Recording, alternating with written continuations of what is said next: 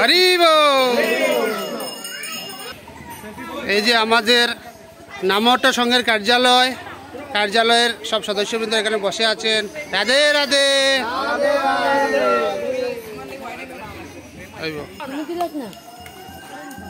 আমাদের আজকের ভক্তবৃন্দের সমাগম হচ্ছে, কিছুক্ষণের মধ্যে কীর্তন আরম্ভ হবে।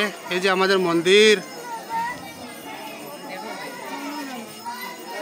ভক্তবৃন্দরা আসরে কিছু ভক্তবৃন্দ ইতিমধ্যে উপস্থিত আছেন এবং কিছু ভক্তবৃন্দের আগমন এখন হচ্ছে। এইখানে রাধা দামোদরকে বাতি প্রদান করা হচ্ছে।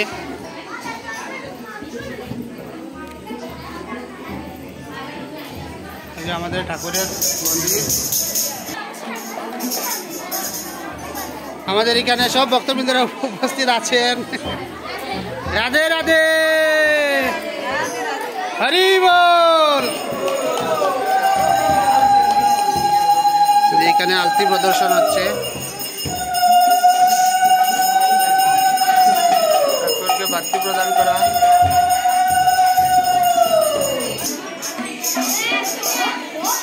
দাও।